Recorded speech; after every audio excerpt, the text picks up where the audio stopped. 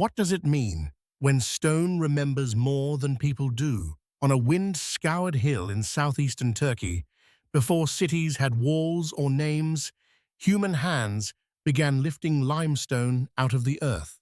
There were no kings yet, no written laws, no settled kingdoms shaping history into neat lines. There were only small groups of people, moving with the seasons, reading the land the way sailors read the sea. And still, from that seemingly fragile world, something immense began to rise. Massive pillars stood where only open sky had been.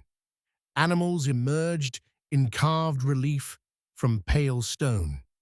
Circles were laid out with care, so deliberate it still startles us now. The place feels less like a ruin than a question set in rock. How did people without farms, metals, or permanent towns gather the vision and labor to build something so solemn, so exact, so far ahead of its age? For a long time, we told ourselves a comforting story about the human past. First came hunger, then shelter, then agriculture, then villages, then temples. Survival before symbolism, bread before belief. But the stones suggest another possibility. Maybe meaning came first. Maybe the need to gather, to mourn, to celebrate, to stand beneath something larger than oneself helped call civilization into being. That idea changes more than a timeline. It changes the image we hold of our ancestors. They were not waiting in darkness for history to begin. They were already thinking in memory, in ritual, in beauty. They were already making places meant to outlast a lifetime. And that is where this journey begins. Not with certainty, but with a quiet disturbance in the story we thought we knew.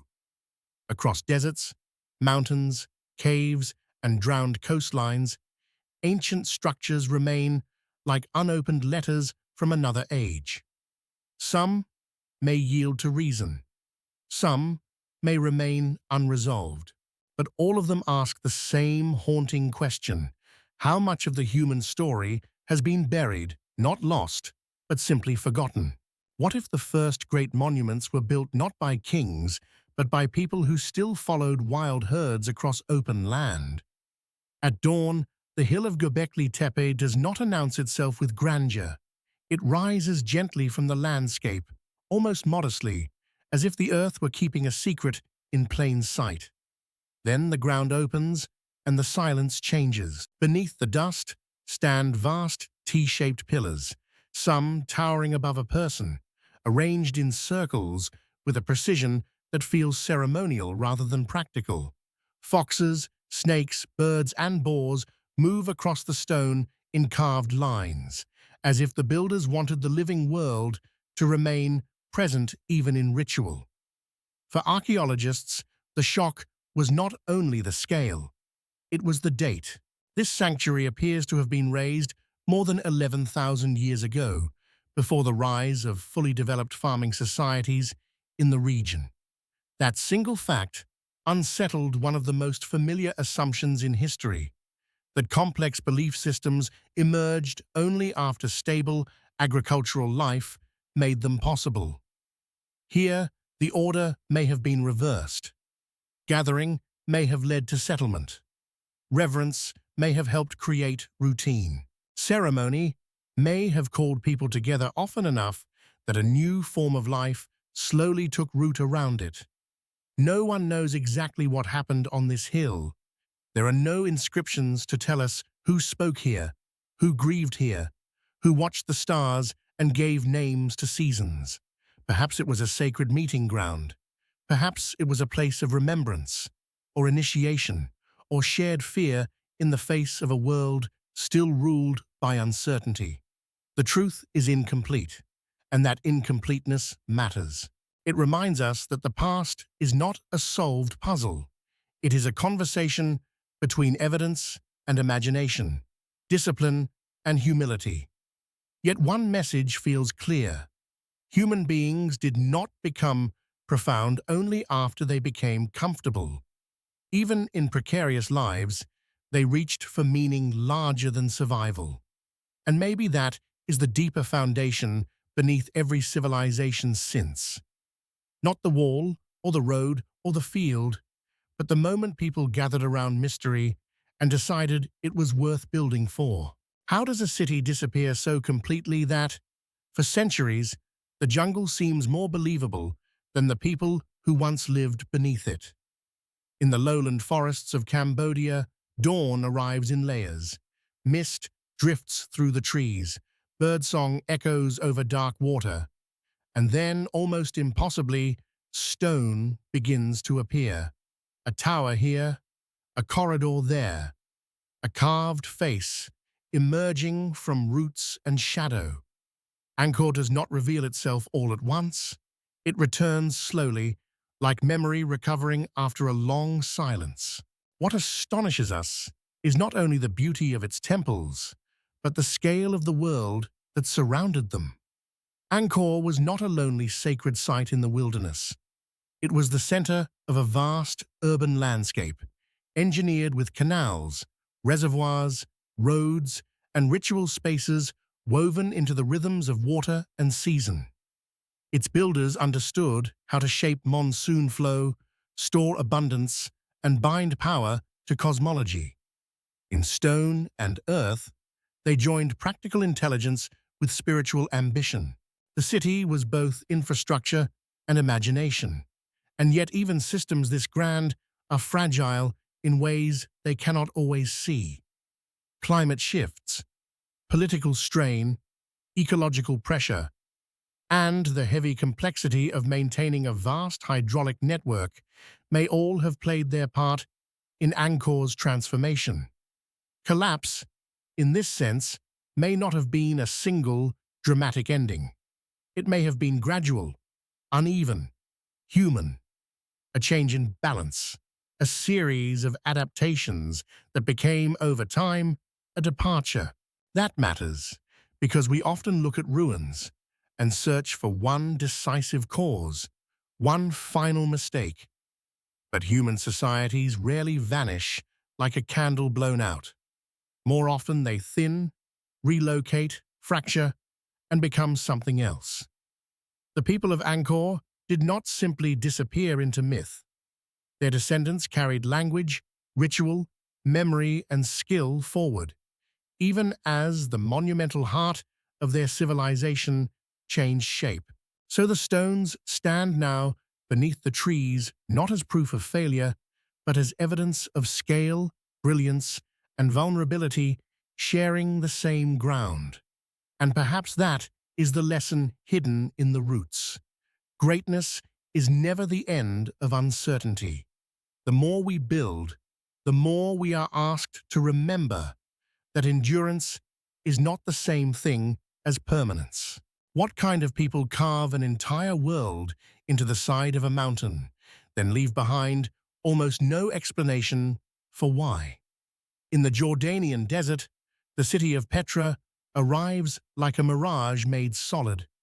A narrow canyon bends through red stone, its walls rising higher and tighter with every step, until the passage opens and the facade of Al-Khazna appears in sudden light.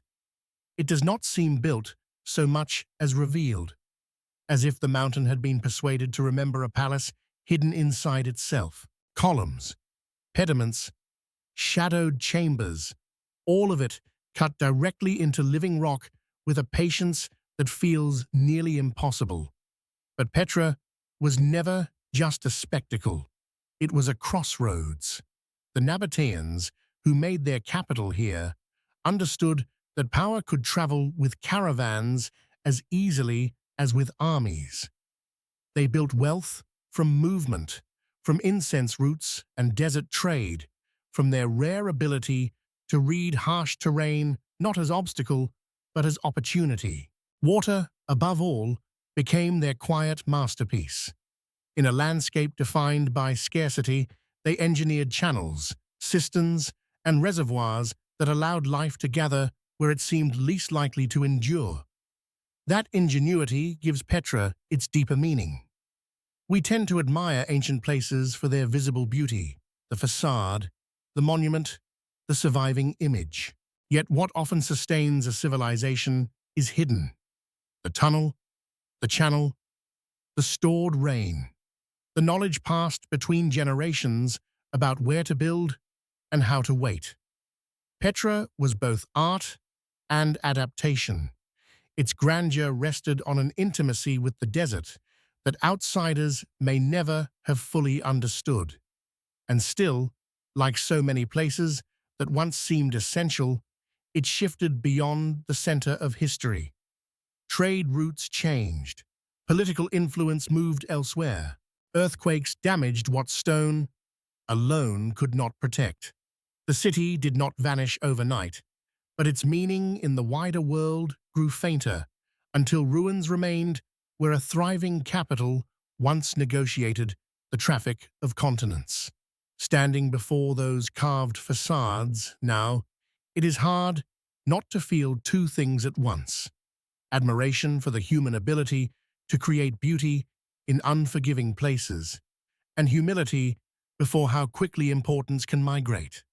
Perhaps that is Petra's quiet question to us.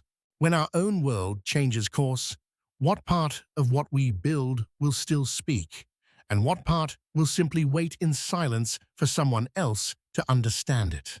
What if a place can be both a tomb and a map of the living universe? On the Giza Plateau, morning light moves slowly across stone that has outlived empires, religions, and languages.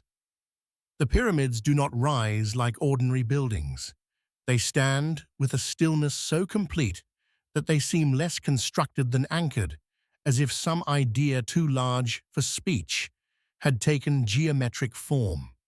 For generations, people have looked at them and felt the same uneasy mix of awe and confusion. How could a civilization so distant in time produce structures so disciplined, so immense, so enduring? The temptation has always been to turn that question into fantasy. But the deeper wonder lies in something more human. These monuments were not evidence of magic. They were evidence of organization, belief, labor, mathematics, and the concentrated will of a society able to align thousands of lives around a single vision of order. The pyramids were royal tombs, yes, but they were also statements about continuity. They expressed a conviction that death was not chaos, but passage, that the ruler's journey beyond life mattered to the balance of life on earth. Around them, an entire world of workers, craftsmen, priests, surveyors, and planners once moved with purpose. Quarries rang with sound. Boats crossed the Nile with stone and grain. Camps and workshops supported an undertaking that was as social as it was architectural. The monument we see now is only the visible summit of an invisible system. Human hands, human routines, human endurance shaped into lasting form. And yet the pyramids unsettle us because they expose a tension we still live with. We want permanence, but we build through fragile bodies. We seek eternal meaning, but our tools belong to time. The Egyptians answered that tension with stone, alignment, and ritual precision. They made mortality measurable, almost navigable, by placing it inside a larger cosmic pattern. Perhaps that is why these structures still hold us. Not because they solved the mystery of death, but because they gave that mystery shape. And in doing so, they left behind more than tombs.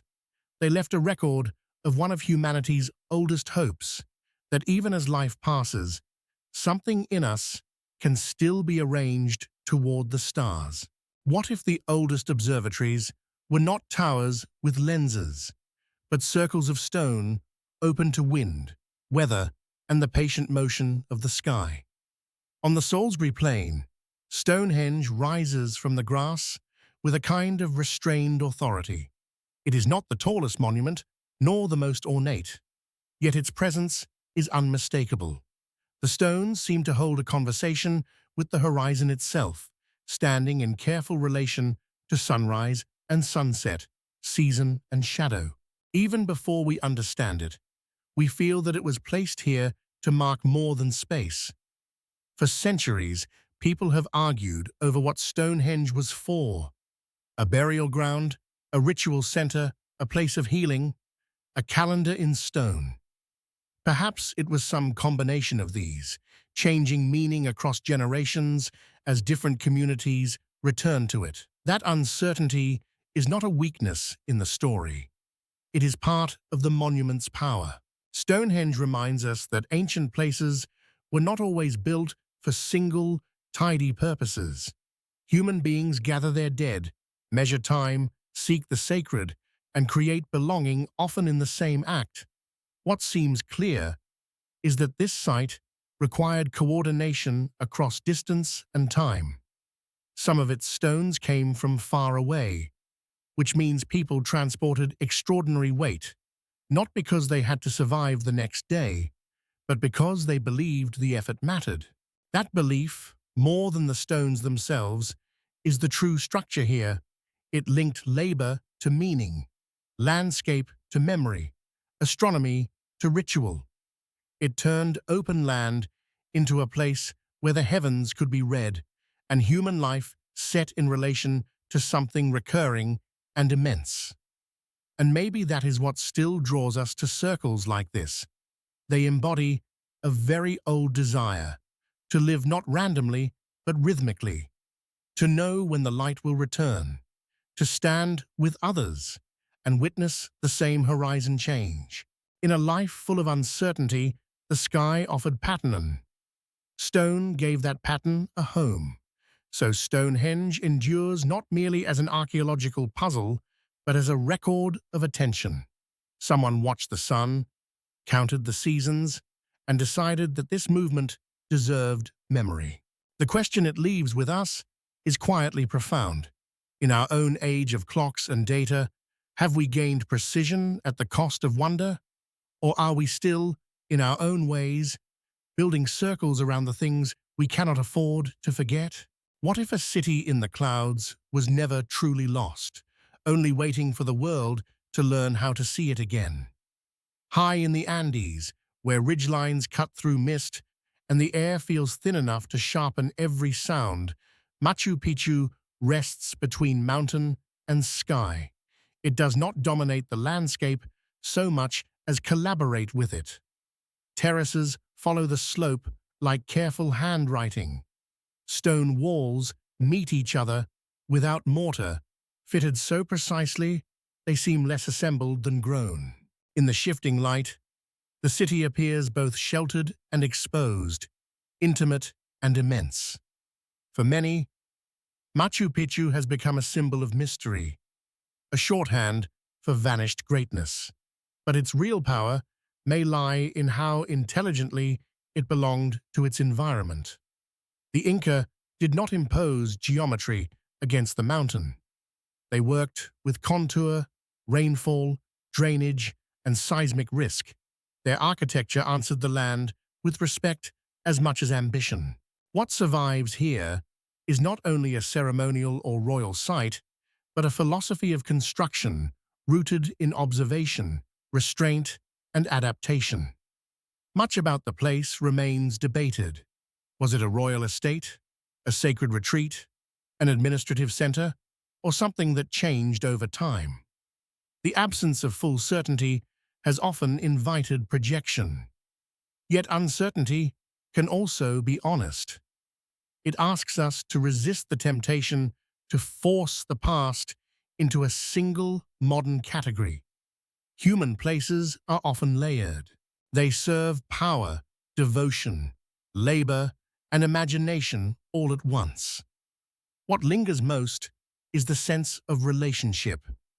The surrounding peaks were not merely scenery, they were part of the site's meaning. Water channels, sight lines, agricultural terraces, and ritual spaces all suggest a civilization attuned to altitude, season, and sacred geography. The city feels designed not to conquer nature, but to enter into dialogue with it. That may be why Machu Picchu continues to move us.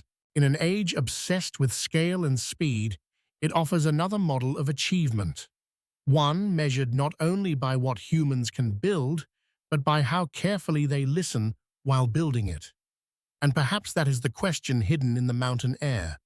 When we call a place advanced, are we speaking only of power, or also of wisdom enough to belong to the world that holds us? What if the sea does not erase history, but preserves it in a language we are only beginning to learn? Off the western coast of India, beneath shifting water and silt, archaeologists and explorers have searched for traces of structures that seem to belong to another shoreline, another age, another arrangement of human life. The idea is as old as storytelling itself, a city swallowed by the sea, memory drowned but not destroyed. It is tempting to rush towards certainty, to name the ruins, connect them to legend, and let desire complete what evidence cannot. But the truth, as always, is more delicate than myth. Across the world, coastlines have moved for thousands of years. Seas rose, rivers changed course, storms altered the shape of settlement and trade. Places that once stood near fertile banks or protected bays now lie underwater, not because they were fantastical, but because the earth itself is restless. Submerged walls, anchors, pottery, and geometric patterns on the seafloor can suggest former habitation. Yet suggestion is not proof, and responsible history lives inside that distinction. The mystery remains meaningful precisely because it asks for patience. Still, even the possibility carries weight. If ancient communities now rest beneath water, then our image of the past must stretch beyond the dry land we walk on. Civilization has always been shaped by edges, river mouths, deltas, estuaries, coasts where exchange became possible and vulnerability lived beside abundance.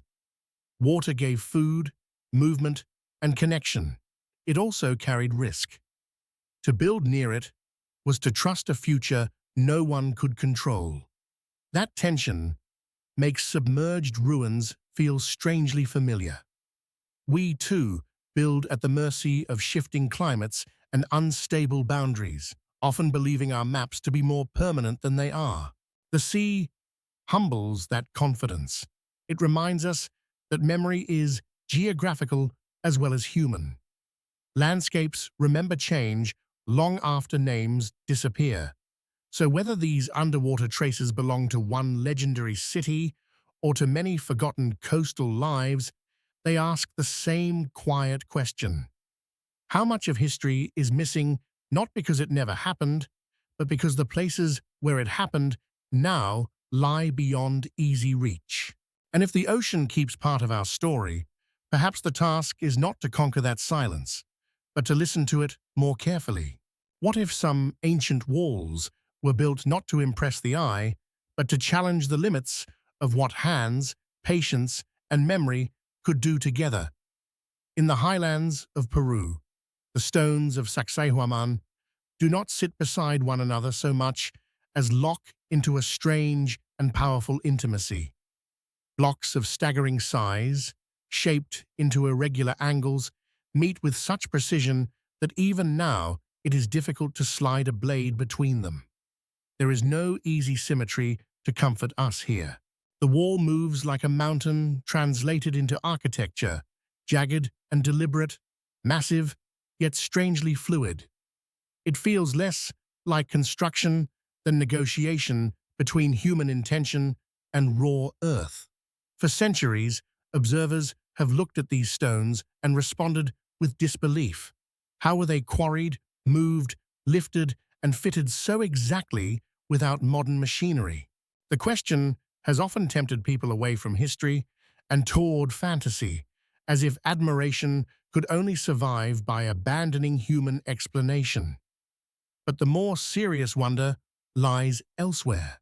These walls reveal what becomes possible when knowledge is cumulative, labor is collective, and time is measured differently. A civilization does not need steel cranes to accomplish something extraordinary. It needs skill refined over generations, social organizations strong enough to sustain effort, and an imagination that refuses small ambitions.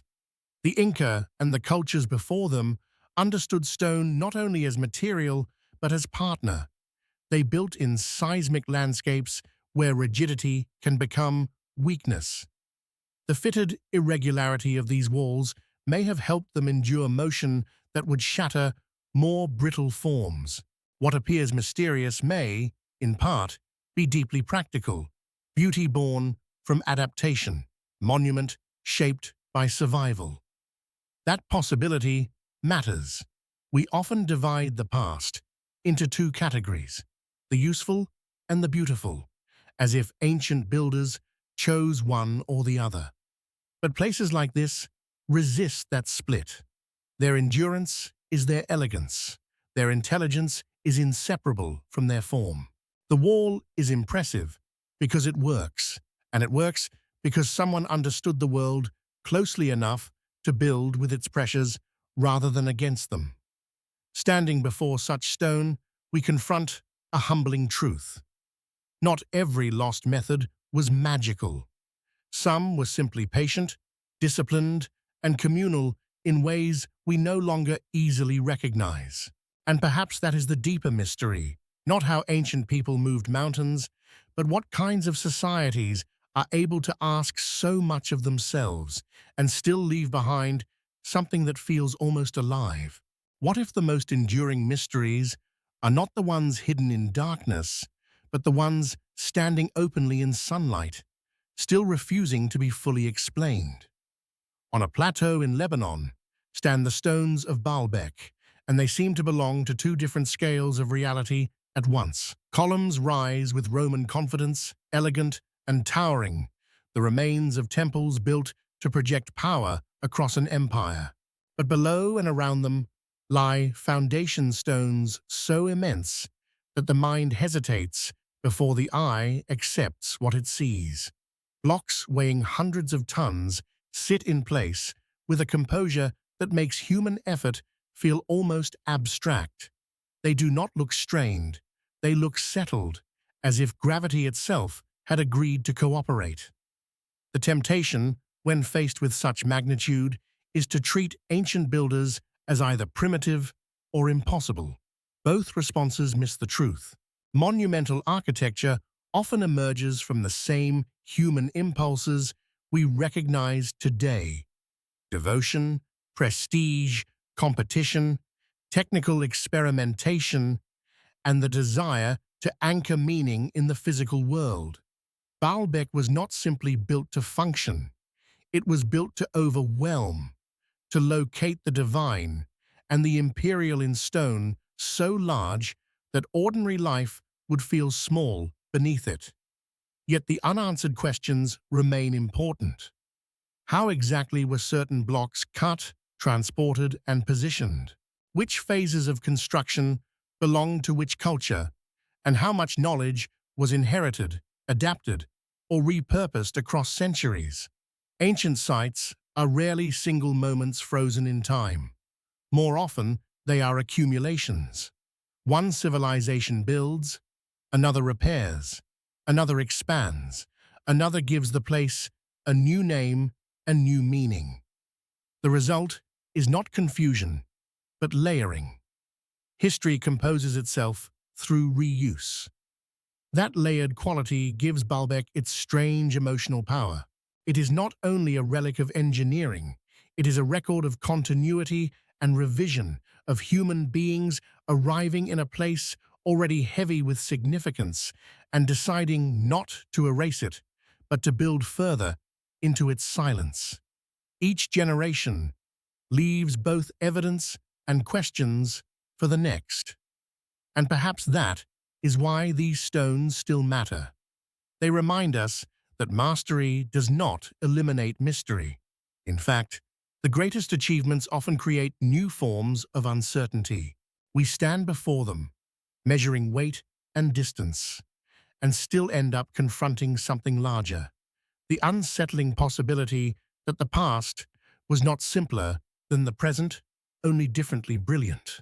What if the deepest archive of human imagination was written not on paper, but on cave walls by firelight? In the south of France, beyond the threshold where daylight loses its strength, animals begin to move across stone. Horses surge forward. Lions stalk in profile. Rhinoceroses overlap in motion, their bodies sketched with such confidence that they feel startlingly present. The Chauvet Cave is not a ruin in the usual sense. It is something quieter, and in some ways more intimate, a chamber of preserved attention, where people tens of thousands of years ago transformed darkness into image. What unsettles us is not only the age of the paintings, but their sophistication. These were not crude attempts at representation waiting for art to evolve. They were already art, already interpretation, already evidence that early humans could observe muscle, momentum, and emotion with astonishing subtlety. The cave suggests that symbolic life did not arrive late in our story. It was there near the beginning, alongside danger, hunger, weather, and migration. The human mind was not slowly waking. It was already dreaming. No one can say with confidence exactly why these images were made. Ritual, teaching, storytelling, spiritual practice, collective memory, each possibility opens and closes like the flicker of a torch. Perhaps the cave was visited only on rare occasions. Perhaps the act of painting mattered more than any finished display. Perhaps the walls were not decoration at all, but a way of entering relationship with animals on which survival depended and from which meaning was drawn. Again, the past resists our neat categories. And yet one truth remains difficult to ignore. Long before monumental cities or written chronicles, human beings were already making spaces where reality could be doubled, where the visible world could be carried into another realm and contemplated there. That may be one of our oldest instincts, not merely to live, but to reflect life back to ourselves, altered by memory and reverence. In that sense, Chauvet is not only ancient art, it is a reminder that civilization begins in imagination as much as in stone. Before we built towers, we built inner worlds, and perhaps every structure that came later, temple, tomb, observatory, city, was in some quiet way an attempt to make those invisible worlds durable enough to share. What if some of the most astonishing ancient places were built not to be seen from within, but to be understood from above, across distances no single person could fully hold? In the desert plains of southern Peru, the Nazca Lines stretch across the earth with a quiet defiance of ordinary scale. A hummingbird, a spider, long geometric paths, arrows, spirals, and forms that only fully emerge when viewed from the sky or from surrounding heights. Standing on the ground, their meaning is elusive. The desert seems almost blank, but step back, rise higher, and a hidden order begins to reveal itself, as if the land itself had been turned into a canvas for thought. For that reason, the lines have inspired endless speculation. People have wanted them to be impossible, to belong to visitors from elsewhere, or to some lost technology beyond ordinary explanation. Yet the more grounded story may be the more profound one. These markings were created by removing the darker surface stones to expose lighter soil beneath, using methods simple in principle but extraordinary in patience and coordination. What matters is not fantasy, but intention. Why did a society decide that such vast, fragile designs were worth making in one of the driest places on Earth? Some researchers point toward ritual pathways, water symbolism, astronomical alignments, or ceremonial acts tied to fertility and survival. In a harsh environment where rain was uncertain and life depended on fragile balance, the desert may have become a space for communication between community, cosmos, and hope. The figures were not merely images. They may have been gestures written into the land itself, ways of asking for continuity in a world that could not promise it. That possibility gives the Nazca Lines their emotional force. They remind us that human beings do not only build upward, sometimes we build outward, across ground and horizon, making meaning on scales larger than immediate usefulness. We create patterns not because they are efficient, but because they help us inhabit uncertainty with grace. And perhaps that is why these lines still hold us. They are vulnerable, exposed, and yet enduring. They ask us to imagine a civilization that understood landscape as language. And in doing so, they leave behind a question both ancient and modern. When we want to be heard by time itself, what do we choose to write upon the earth?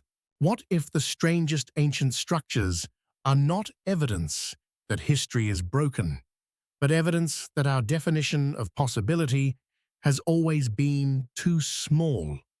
Across continents and eras, the pattern repeats.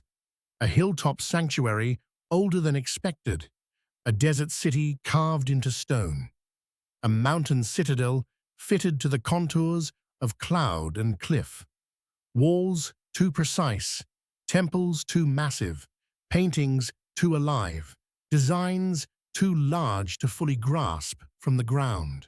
Again and again, and the modern mind arrives at the same threshold, admiration so intense it begins to resemble disbelief. But perhaps disbelief is the wrong response. Not because every mystery has been solved, and not because every question has a simple answer, but because wonder does not require us to deny human ability. Ancient people were not lesser versions of us, waiting for modern intelligence to rescue them from obscurity. They were observers of stars and rivers, engineers of water and stone, keepers of seasonal knowledge, artists of shadow and surface, organizers of labor, ritual, and memory. Their tools may have differed from ours, but their minds were no less capable of depth, imagination, or disciplined ambition. What makes these structures feel impossible is often the distance between their world and ours. We no longer live by the same rhythms. We do not always build with generations in mind. We have inherited speed, specialization, and machinery, but perhaps lost some intimacy with the materials, landscapes, and long patience that once shaped collective effort. The mystery, then, may not lie only in the stones. It may also lie in us, in the assumptions we carry about progress and about what kinds of knowledge count as advanced. That does not mean every claim should be accepted or every legend treated as fact.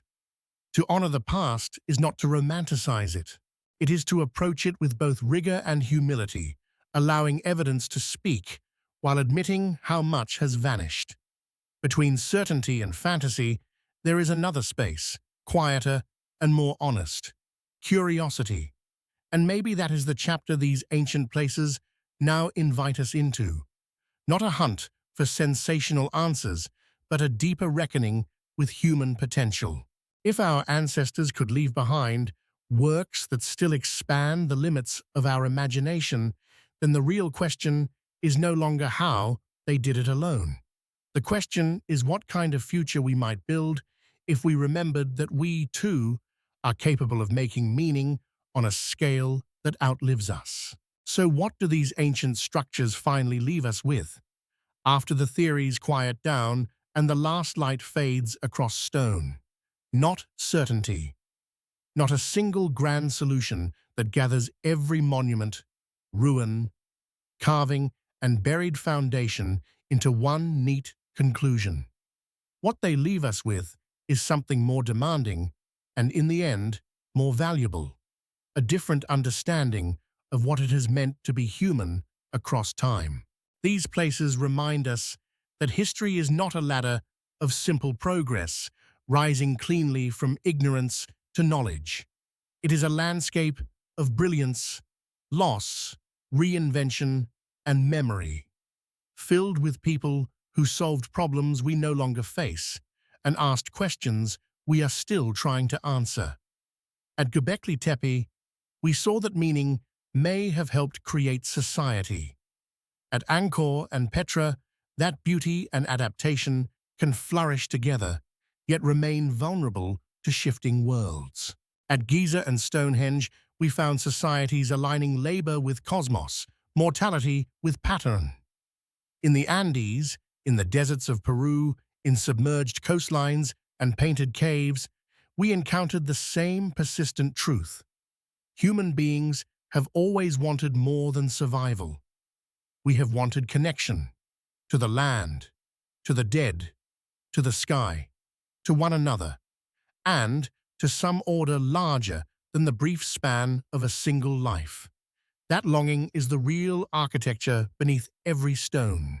The monuments endure because they were built from more than material.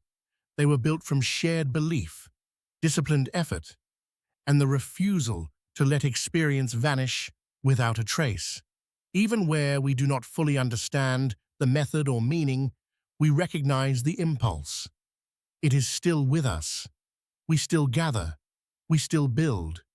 We still search the horizon for patterns that might make our lives feel less accidental. And perhaps that is the final, human question these places ask. When future generations look back at what we leave behind, what will they see in us? Only our technology, our scale, our noise? Or will they find evidence that we, too, were trying to turn wonder into memory? The ancient world does not speak to us because it is dead. It speaks because, in its silence, it still carries the shape of our oldest hopes.